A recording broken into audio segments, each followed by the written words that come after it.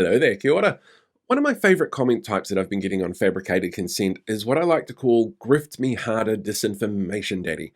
It's actually a defence mechanism where they claim it's wrong to vilify disinformation groups because all they're doing is wanting to make sure people are kept informed and get out to vote.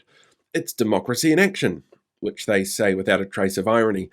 The fact is, these groups are deliberately downplaying their links to known disinformation spreaders. Some are pseudo-law groups that will get people in legal trouble if they try some of the things that are suggested.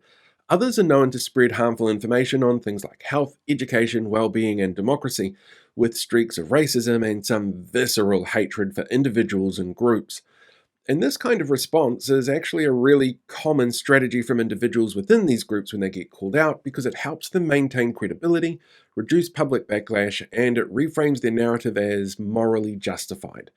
It's what psychologists call a cognitive dissonance reduction, where the gap between I'm a good person, which we all want to believe, and I'm doing something harmful to others, which nobody wants to believe, is lessened in their own minds.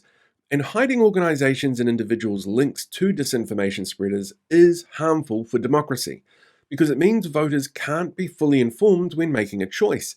And in some places, it has been known to impact turnout because voters themselves are unsure if they can trust the candidate. And that also makes it easier for these candidates to then get elected because smaller voter numbers means less votes needed to get in.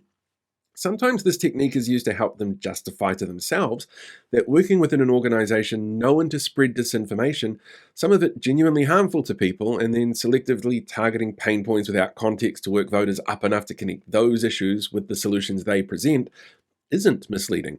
It's reframing their actions from misleading to misunderstanding, and it makes them feel like they're the truth tellers while buying some time to diffuse criticism. And during the election cycle this year, when these candidates and groups get called out, this is likely to be one of the most common approaches to combating those callouts. So how do you tackle it? Well, you start by focusing on the pattern, not the person. Point out that it's a common tactic to avoid accountability and it's been used before to justify harmful ideas.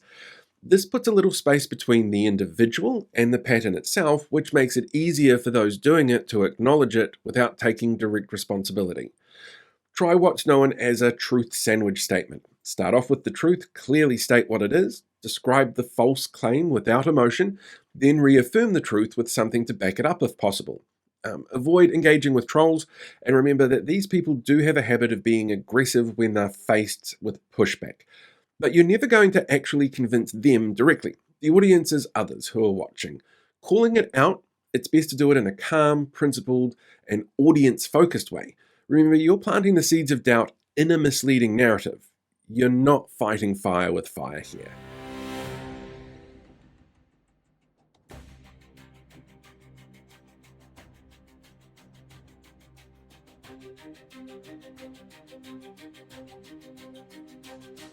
Hey, thanks for checking out today's video. Make sure you like, share, subscribe so you get more updates as we go along and deal with these guys for the rest of the year.